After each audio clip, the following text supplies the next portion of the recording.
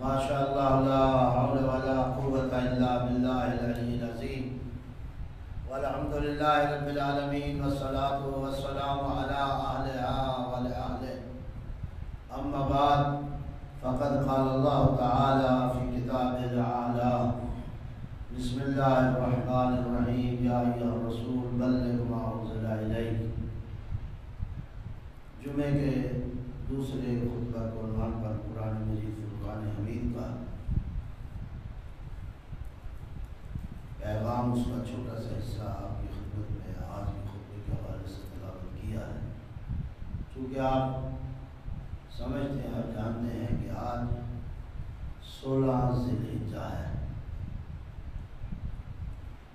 کل 17 اور پرسوں 18 ذی الحجہ ہے۔ 18 اور 24 ذی الحجہ عالم اسلام کی تاریخ میں یہ دو دن بڑی اہمیت کے حامل ہیں۔ 18 ذی الحجہ بھی اور 24 ذی الحجہ بھی۔ 18 ذی الحجہ عید غدیر کا دن ہے اور 24 ذی الحجہ عید مباہلہ کا دن ہے۔ دونوں عیدیں تاریخ اسلام میں انتہائی اہمیت رکھتی ہیں۔ اگرچہ عید الفطر، عید الاضحیٰ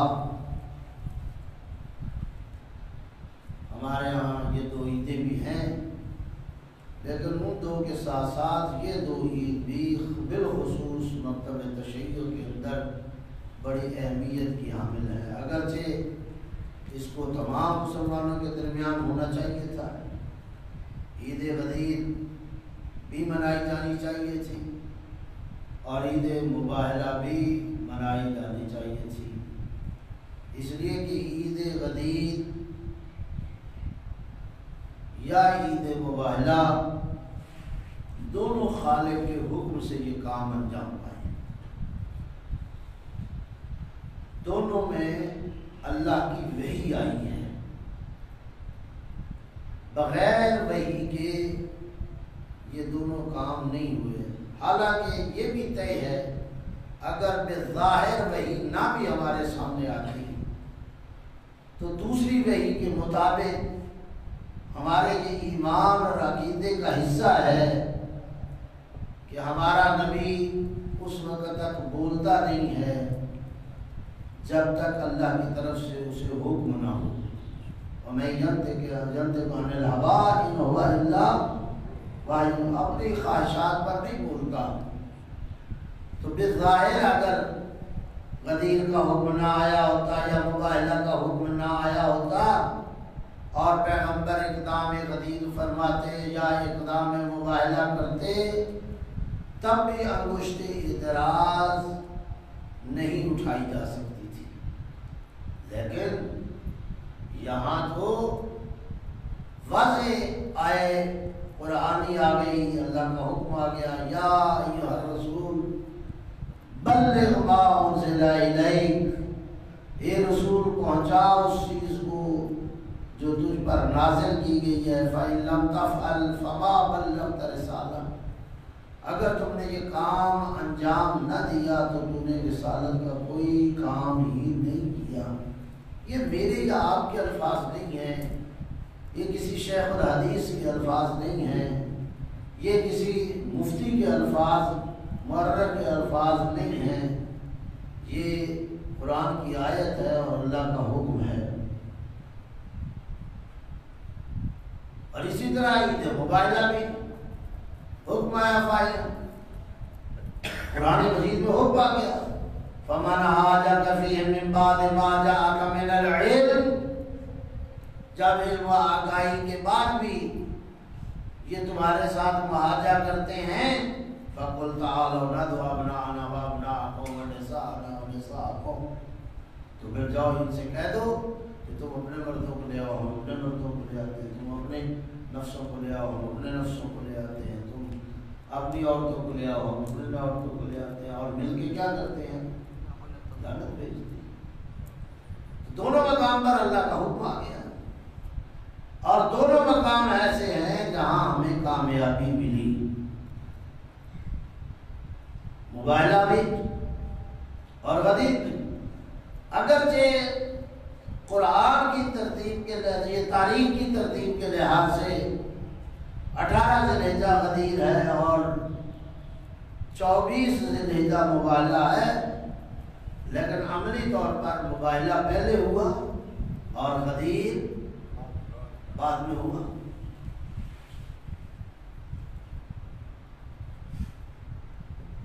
تو یہ دونوں معاملات ایسے ہیں کہ جن کی طرف توجہ اگر عالم اسلام دیتا، مسلمان دیتے، تو میں یہ سمجھ سکتا ہوں کہ آج جو مسلمانوں کے اندر انتشار موجود ہے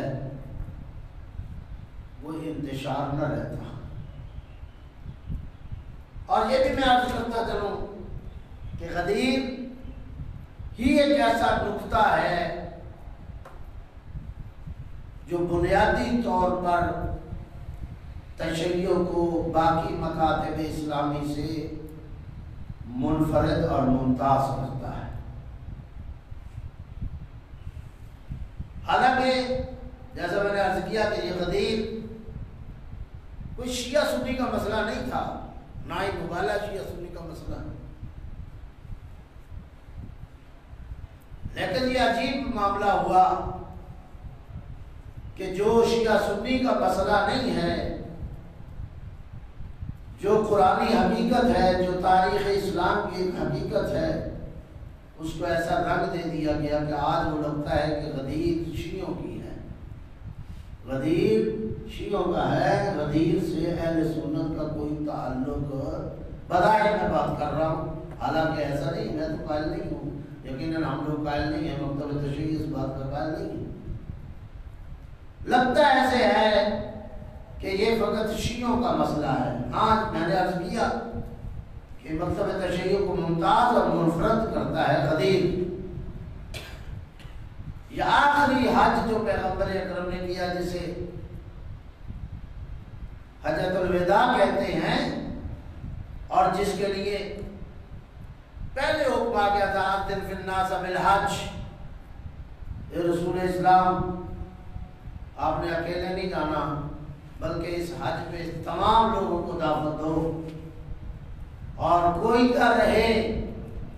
اور تاریخ اسلام نے لکھا ہے کہ سوائے بیمار اور لاچار لوگوں کے سب لوگ حج پہ آئے اور اتنے حاجی ہو گئے کہ بعد لوگوں نے لکھا کہ 1,20,000 مسلمانوں کا اجتماع تھا۔ یہ اس تاریخ حیات پیغمبر میں سب سے بڑا اجتماع پیغمبر کی زندگی میں یہ ہوا، آخری حج کا۔ اور اس آیت میں یہ واضح کہا گیا تھا کہ اذن فی الناس بالحج، انہیں بلاؤ تاکہ ہم انہیں لیشہدوا منافع لہم، تاکہ ہم ان کا جو نفع ہے وہ ہم انہیں نفع دکھانا چاہتے ہیں۔ اور یہی وجہ اگر آپ تاریخ پڑھیں اور مطالعہ کریں تو حاجی جب حج کر رہے تھے تو ہر حاجی کے ذہن میں یہ ایک چیز تھی جو گھر سے چلا تھا، جب پیغمبر کا یہ پیغام ان کو ملا، اللہ کا حکم، تو یہ ذہن میں تھی کہ ہمیں تو شاہد بننا ہے، ہمیں تو دیکھنا ہے وہ منافع، وہ فائدہ جو ہمارا فائدہ ہے وہ کہاں ہے۔ اس لیے حج کے ہر عمل پہ ان کی دقت سے نگاہ موجود ہے۔ وہ کون سی شے؟ تو بظاہر وہ اعمال حج انجام دیے اور حج اپنے اختتام کو پہنچا، لیکن سوال اپنی جگہ پہ موجود رہا، کیوں اس کا جواب نہ ملا کہ وہ جو ہمیں کہا گیا تھا منافع آپ کو دکھایا جانا ہے وہ کہاں ہے۔ یہ تو وہی چیزیں ہیں جو ہم نماز پڑھتے تھے، وہی اعمال ہے جو صاحب کا حج کے سارے اعمال ہیں، طواف ہے، سعی ہے، یہ عرفات ہے، منا ہے، وغیرہ وغیرہ وغیرہ، یہ ساری چیزیں، تو اس میں تو کوئی نئی چیز نظر نہیں آئی، کوئی نئی چیز دکھی نہیں ہے۔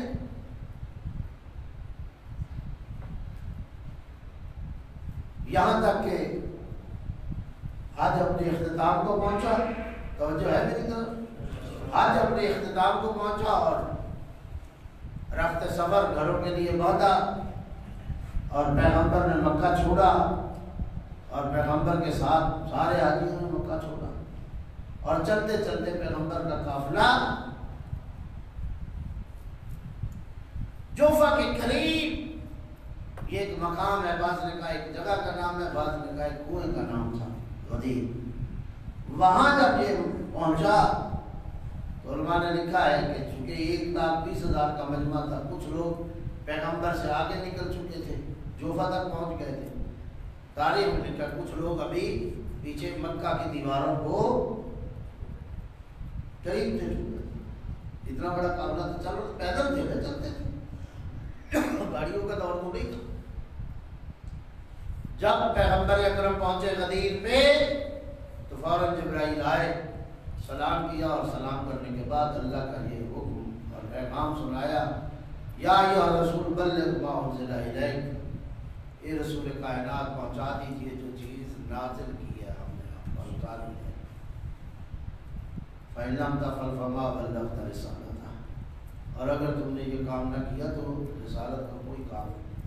تو اب بلغ ما انزل الیک، وہ چیز پہنچا جو تجھ پر نازل کی گئی ہے، یہ اسی سوال کا جواب ہے جو حاجیوں کے ذہن میں موجود تھا کہ لیشهد منافع لهم، وہ جو منافع ہمیں دکھایا جانا تھا وہ منافع تو ابھی سے نظر نہیں آیا. تو اب یہ بات واضح ہو گئی کہ وہ جو منافع آپ کا تھا، وہ جو رسول اسلام پر اتارا گیا، وہ اب پہنچا. علماء نے لکھا کہ جو آگے چلے گئے تھے انہیں واپس بلا لیا گیا، جو پیچھے رہ گئے تھے انہیں ساتھ ملایا، انتظار کیا، اور جب آگے بڑھے ہوئے واپس آ گئے، پیچھے جو تھے وہ آ کے مل گئے، تو پیغمبر اکرم نے ایک ممبر بنوایا اور اس پہ چڑھ کے ایک بسیط خطبہ دیا جو کتابوں میں خطبہ غدیر کے نام سے موجود ہے. علماء نے، شیعہ حضرات نے تو بہت اہل سنت نے بھی اس واقعے کو نقل کیا، تاریخوں میں موجود ہے، کتابیں لکھی ہیں. ہمارے ہاں تو علماء نے الغدیر کے نام سے، آیت اللہ امینی نے 10 جلدوں میں غدیر لکھی، اس طرح اور علماء نے کام کیا. خطبہ غدیر کتابوں میں موجود ہے، ہماری تاریخی برادران اہل سنت کی کتابوں میں بھی، منابع اسلامی میں موجود ہے. اور یہ خطبہ آج کے جو ماہرین ہیں، جو ماہرین اسپیچ، جو تقریروں کے ماہرین ہیں، وہ کہتے ہیں کہ یہ خطبہ تقریباً 5 گھنٹے کا تھا. وہ پورا خطبہ موجود ہے. ظاہر ہے اب آپ پڑھیں گے تو وہ اور طریقہ، لیکن جب انسان گفتگو کر رہا ہوتا ہے وہ ایک انداز ہوتا ہے. جب پیغمبر یقیناً گفتگو کر رہے تھے، اب وہ اتنا بڑا خطبہ جو وہاں 1,20,000 کے مجمع میں دیا گیا، اور پھر اس کے لیے مقدمات فراہم کیے گئے. دیکھیے یہ خطبہ پیغمبر مکے میں بھی دے سکتے، سمجھ آ رہی ہے؟ کہاں دے سکتے تھے؟ مکے میں بھی، حج کے اختتام میں بھی دے سکتے تھے، حج کے شروع میں بھی دے سکتے تھے، عرفات میں بھی دے سکتے تھے، مینا میں 3 دن رہنا ہوتا ہے وہاں بھی دے سکتے تھے. دیا جا سکتا تھا یا نہیں دیا جا سکتا تھا؟ حرم الہی میں دیا جا سکتا تھا، کعبہ کی دیوار کو پکڑ کے دیا جا سکتا تھا یہ خطبہ. لیکن عجیب یہ ہے کہ مکہ کو چھوڑنے کا حکم دیا گیا اور مکہ میں یہ خطبہ دینے کا حکم نہیں ہوا. اس کی کئی وجہ ہو سکتی ہے. ایک وجہ شاید یہ بھی ہو، کہیں ایسا نہ ہو جب رسول یہ خطبہ دے رہی ہوں، کل کو کوئی دوست، کوئی حاجی یہ کہے رسول کا خطبہ عرفات میں دے رہے تھے، میں اس کو فلاں جگہ تھا، فلاں جگہ تھا، یا رسول فلاں خطبہ دے رہے تھے طواف کر رہا تھا، یا میں مقام ابراہیم پہ تھا، یا میں صفا مروہ پہ تھا، کچھ بھی کہا جا سکتا تھا، میں حجر اسود کے پاس تھا۔ میں ایک ایسی جگہ کا انتخاب کیا گیا کہ جہاں پر کوئی بلڈنگ نہیں ہے، کوئی شاعر الہی میں سے کوئی نشانی وہاں موجود نہیں ہے، کوئی اونٹ اور کوئی ایسی چیز نہیں ہے، نہ درخت ہے، نہ کوئی ایسی چیز، ایک میدان ہے، تاکہ کسی قسم کا کسی کو کوئی بہانہ نہ مل سکے۔ کل کو کوئی یہ نہ کرے۔ اور پھر یہ بھی دیکھیے کہ یہ خدیر کا خطبہ دے کے رسول چل نہیں پڑے، ایسا نہیں ہوا کہ رسول نے خطبہ دیا اور چل پڑے، نہیں، بلکہ اختتام خطبہ پہ مولا کائنات امیر مومنان حضرت علی بن ابی طالب کو درود بلند آواز سے ایک خیمے میں بٹھایا گیا، اور بٹھانے کے بعد تمام حاجیوں کو یہ حکم پر دیا کہ اٹھو، اس میں مرد بھی ہیں عورتیں بھی، جاؤ حضرت علی اس خیمے میں بیٹھے ہیں، انہیں مبارکباد۔ کس کی مبارکباد دو؟ کیونکہ جو نقطہ مرکزی تھا اس خطبہ غدیر کا وہ یہی جو اکثر آپ جملہ سنتے ہیں، من کنت مولا فعلی مولا یا فعاد علی، کہ پورا ایک خطبہ اس کو پڑھنا چاہیے، اس کو سننا چاہیے علماء سے یا کتابوں میں پڑھیں، تاکہ پتہ چلے کہ یہ جو مرکزی نقطہ ہے لِيَشْهَدُوا مُنَافِعَ لَهُمْ، وہ منافع اور نفع اس مقام پہ ہے۔ شاہد بن جانا، گواہ بنو گے، تمہیں دکھایا جائے گا تمہارا منافع۔ یہی وجہ ہے کہ چونکہ منافع دکھایا جانا تھا، رسول نے علی کو بلایا اس منبر پہ اور بالکل اپنے سامنے کیا، رسول بالکل ان کی پشت پہ چھپ گئے اور علی کو بلند کیا، اور علماء نے لکھا اتنا بلند کیا کہ رسول اسلام کی بغلوں کی سفیدی بھی دکھائی دینے لگی۔ انسان سوچتا ہے یہ کیا مسئلہ تھا، علی بیٹھے ہوئے تھے، یہی بیٹھ کے بتا دیتے یہی جملہ، لیکن یہ کیا مطلب ہے منبر میں بلانا، پھر اٹھانا، پھر اپنے سامنے کرنا، پھر جا کے یہ کہنا من کنت مولا فعاد علی المولا یا فعلی المولا۔ اصل بات یہ ہے وہ جملہ پیچھے دیکھ کے جو کہا ہے یشہد منافق، بلاؤ رسول لوگوں کو، یہ گرتے پڑتے بھی انہیں آنا پڑے تو آئیں، اکثر الناس فی الحج، آئیں تاکہ انہیں ہم نے منافع دکھانا ہے، یہ شاہد بن جائیں۔ اس لیے رسول اسلام نے علی کو بلند کیا تاکہ وہ نقطہ جو منافع والا ہے وہ سامنے رہے۔ کوئی بات سمجھ آ رہی ہے کہ نہیں آ رہی؟ قدیم تو آپ کی 20 دفعہ سنی ہوئی ہے علماء اللہ کی خطبہ سے۔ اصل یہ وجہ تھی، والدہ علی نیچے بھی بیٹھے رہتے ہیں لیکن آپ دکھایا گیا، اٹھایا گیا علی کو، بازو بلند کیا، نام لیا۔ اور یہ بھی ہو سکتا ہے کہ اگر نہ بٹھاتے، نہ اٹھاتے، نہ دکھاتے، ویسے اعلان کر دیتے، کل کو کوئی کہہ سکتا تھا اس علی سے مراد کوئی اور نہیں ہے۔ جب نے سنا تھا، دیکھا نہیں تھا، اللہ نے تو لیا شاید مراد کرو، یہ تو دیکھا نہیں تھا، تو کوئی تعبیر بھی ہو سکتی، کوئی بات نہیں ہو سکتی۔ تو رسول اسلام نے ایک کمزور پہلو بھی ایسا نہ چھوڑا جس سے کل کو کوئی مسلمان اس پہلو سے استفادہ کرتے ہوئے علی اور اولاد علی کی شان کو کم کر سکے۔ بٹھا دیا گیا خیمے میں اور کہہ دیا کہ اٹھو ایک ایک کر کے مبارک دو، اور لوگوں نے مبارک دی۔ حضرت عمر رضی اللہ تعالی عنہ،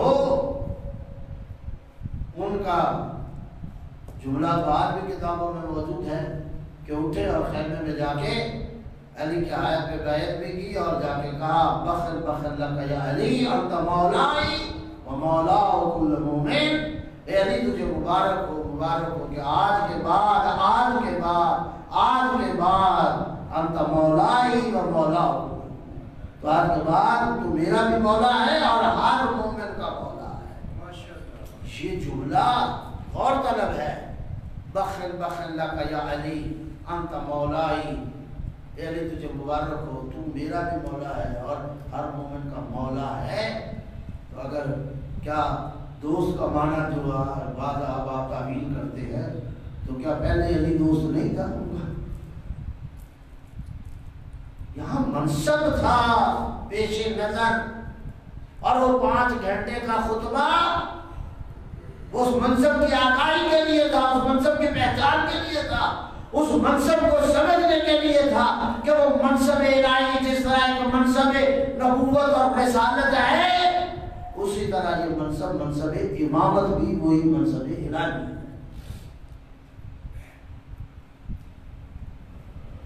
یہاں سے آغاز ہوتا ہے رسالت کے بعد امامت کا، اس دن سے امامت نافذ ہو گئی مسلمانوں پر، جس طرح اطاعت نبی اور رسول کی واجب تھی، اس لمحے سے لمحے غدیر سے خطبہ غدیر کے بعد اطاعت واجب ہو گئی امامت کے حوالے سے بھی، اور یہ وہ مرحلہ مکمل ہوتا ہے اطیعوا اللہ و اطیعوا الرسول و اولي الامر منکم، اللہ کی اطاعت کرو اور رسول کی اطاعت کرو، اور جو تم میں سے صاحب امر ہے اس کی اطاعت کرو۔ یہاں مرحلہ ختم ہوتا ہے۔ وَإِلَّا اگر امامت نکال دی جائے تو یہ آیت کا تیسرا حصہ عملاً نامکمل رہتا ہے۔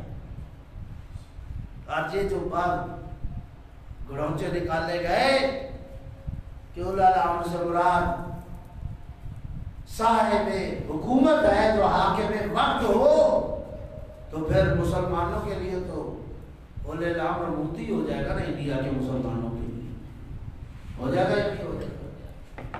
بات سمجھی یا نہیں سمجھی؟ کون ہوگا مفتی؟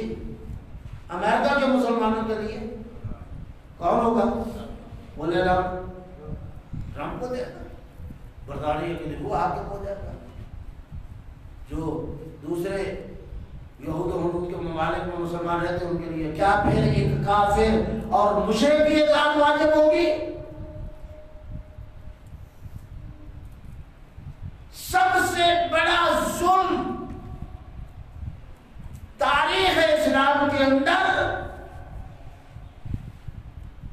یہی ہوا کہ غدیر کو چھپایا گیا۔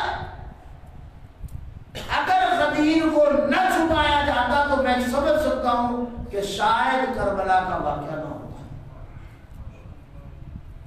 اگر غدیر کو چھپایا نہ جاتا، آج مسلمانوں کی یہ ابتر حالت نہ ہوتی۔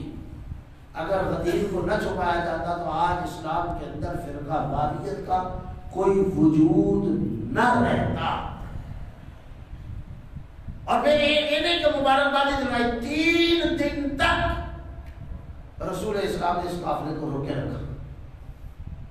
اس میں بھی حکمت نظر آتی ہے، کیونکہ حاجی کی واپسی تو اس کا خاندان، اس کا اہل محلہ، شہر والے انتظار کر رہے تھے، استقبال کرنے کے لیے تیاریاں ہوتی ہیں۔ اب 3 دن پہلے والا بندہ پہنچنے والا 3 دن بعد پہنچ رہا ہے، تو بتائیے کیا کیفیت ہوگی؟ اس وقت کوئی سوشل میڈیا نہیں تھا، کوئی موبائل نہیں تھا، کوئی فون نہیں تھا کہ 1 منٹ میں پریشانی دور ہو جائے۔ جی رسول اسلام جہاں بیٹھ گئے ہیں اور خطبہ دیا گیا ہے اور ہمیں بٹھا دیا گیا ہے، ہم اب 3 دن آئیں گے۔ اس کا مطلب کیا ہے؟ ظاہر پیدل چلتے تھے۔ اس کا مطلب کیا ہے کہ 3 دن تک ہر حاجی کے گھر اور شہر اور محلے میں ایک پریشانی کا عالم موجود تھا کہ حاجی کو تو آج پہنچنا چاہیے تھا، کیوں نہیں پہنچا، کیا ہو گیا مسئلہ، خدا خیر کرے۔ اور یقیناً جب حاجی پہنچے ہوں گے تو یہاں وہ حکمت نظر آتی ہے۔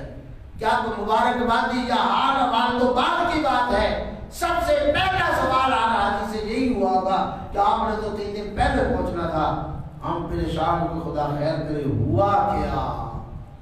تو اب حاجی حال حوال دینے کے بجائے اپنی خیر و خیریت بتانے کے بجائے مجبور ہو جائے گا کہ سب سے پہلے واقع غدیر کو اپنے رشتہ داروں اور عزیز و اقارب اور محلہ داروں کو شہر داروں کو بتائے کہ 3 دن لیٹ ہونے کا معاملہ اس کی وجہ یہ ہے کہ رسول اسلام نے روک لیا تھا. قرآن کی آیت آ گئی تھی یا ایھا رسول بلغ ما انزل الیک، آیت آ گئی تھی، رسول نے خطبہ دیا، پھر مبارکبادی شروع ہو گئی اور علی کی امامت کا آغاز ہو گیا. یعنی دوسرے لفظوں میں کہہ سکتا ہوں کہ رسول اسلام نے خاموشی سے ہر حاجی کو مبلغ ولایت و امامت علی بن ابی طالب بنا کر بھیجا تاکہ یہ ہر مبلغ جا کے بتائے جس کے لیے یہ اہتمام ہو قدرت کا اور رسول اسلام کا. اس اتنے اہتمام کے باوجود میں نہیں سمجھتا، آپ غور فرما لیں، شیعہ کی بات نہیں کر رہا، شیعوں کے تو بچہ بچہ غدیر سے واقف ہے.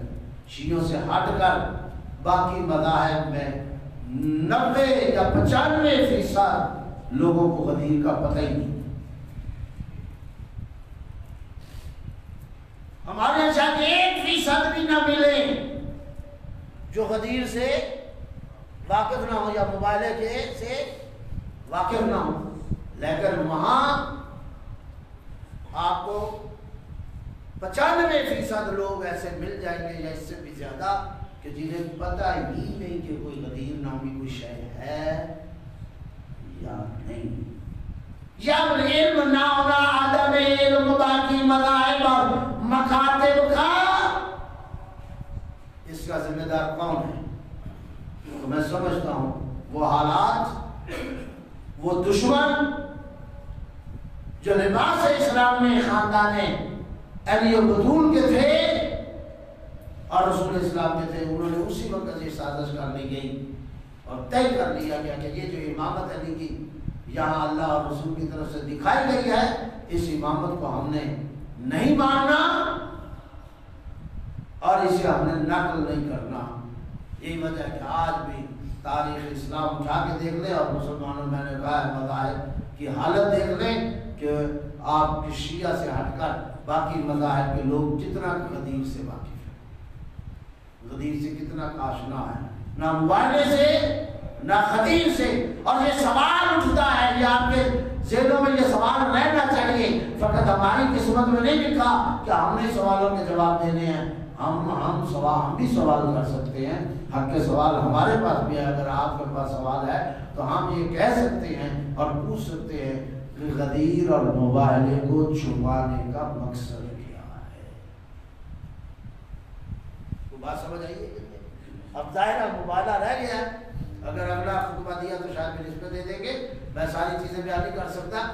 تو یہ سوال ہمارا باقی مکاتب اسلامی کے نوجوانوں سے، بزرگوں سے، اور پھر میں ان علماء سے یہ پوچھتا ہوں آخر کیا وجہ ہے کہ آپ غدیر بیان کیوں نہیں کرتے، آپ مباہلہ بیان کیوں نہیں کرتے؟ اس لیے کہ غدیر اور مباہلہ،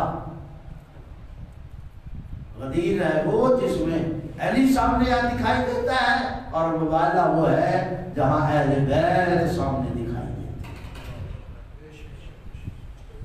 چونکہ علی اور اہل بیت قبول نہیں، اس لیے چھپایا گیا. اور میں کہتا ہوں بعض لوگ شاید سوچنے کے لیے تیار نہیں ہوتے، لوگ کہہ دیتے ہیں ہم بھی اہل بیت کو مانتے ہیں. میں کہا کرتا ہوں جو اہل بیت سب سے افضل ہے رسول اسلام کے بعد، آپ کیا مانتے ہیں؟ کبھی آپ اپنی روانی میں اپنی گفتگو سنیں تو کبھی اپنی گفتگو پہ غور کریں. آج تک تو آپ نے لفظوں میں بھی اہل بیت کو مقدم نہیں رکھا. آپ پہلے لفظ صحابہ ہی بعد آل ہی بولتے ہیں، کبھی آل کو پہلے نہیں رکھتے، اصحاب کا ذکر بعد میں نہیں کرتے.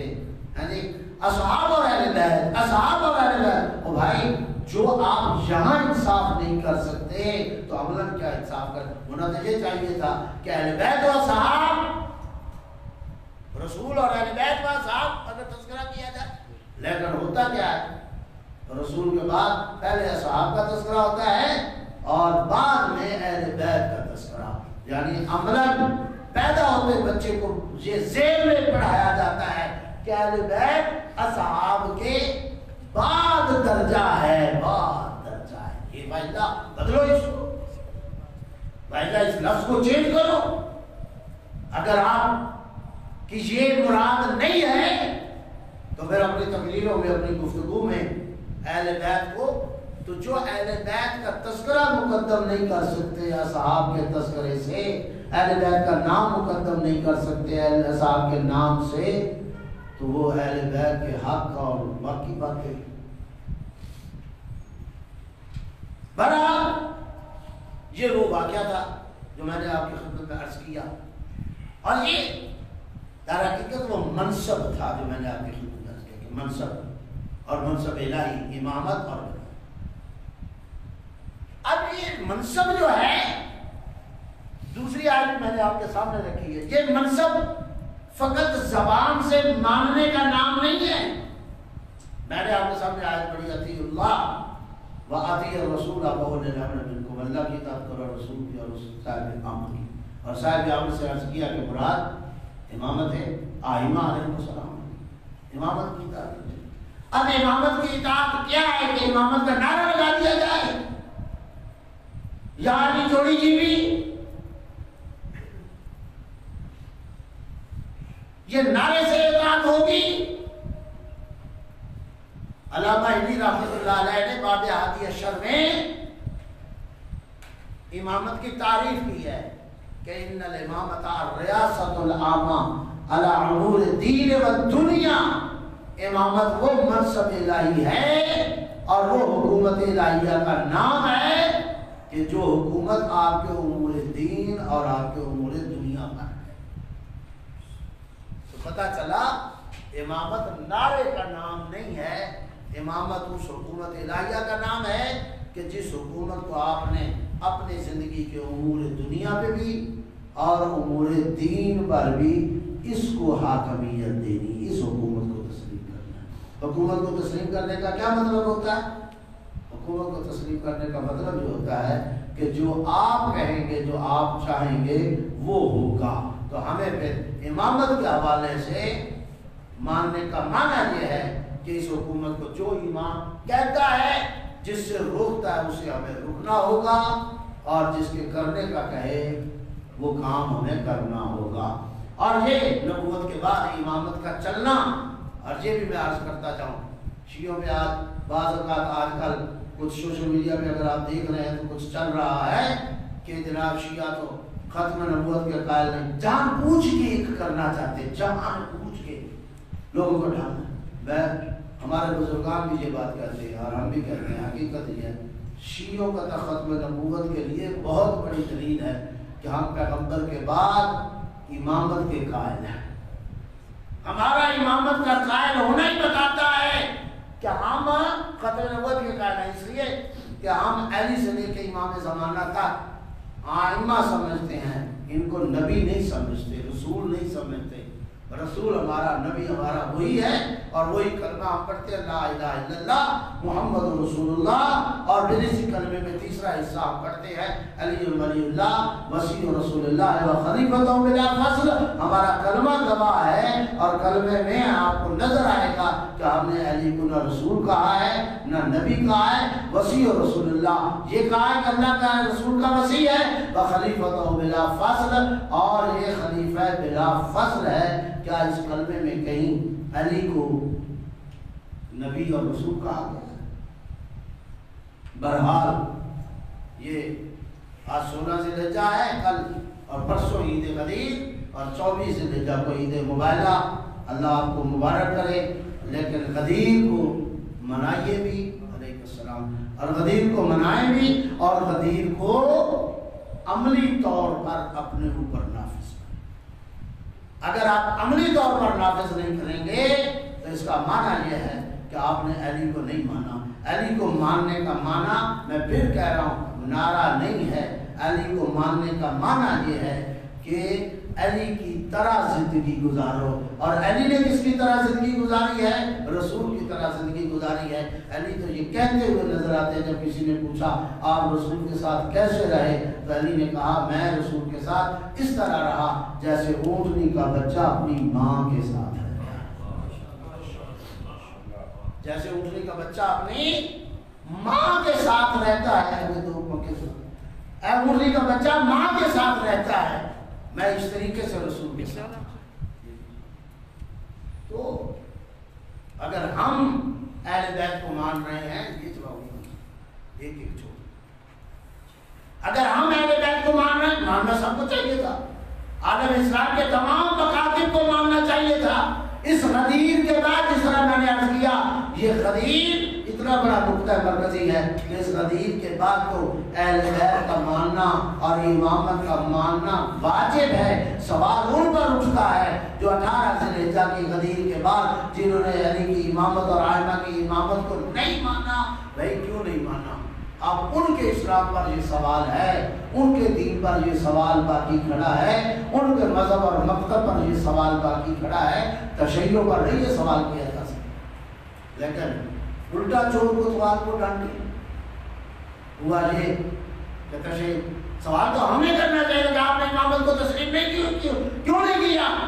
کہ جب رسول کا حکم آ گیا، اللہ کا حکم آ گیا، پہنچاؤ اس چیز کو جو نازل کی گئی ہے تجھ پر، اگر تم نے نہ پہنچایا تو اگر رسول نہ پہنچائے تو کوئی رسالت کا کام نہیں، تو اگر امت نہ مانی کیا وہاں معافی دے دی جائے؟ امامت سے انکار معافی نہیں ہے، امامت سے انکار، اور اگر کوئی قطعی انکار کرتا ہے تو میں یہ کہہ سکتا ہوں اپنے نقطہ نگاہ سے کہ وہ اپنے آپ کو جہنم میں بھیج رہا ہے، جنت میں نہیں لے جا رہا۔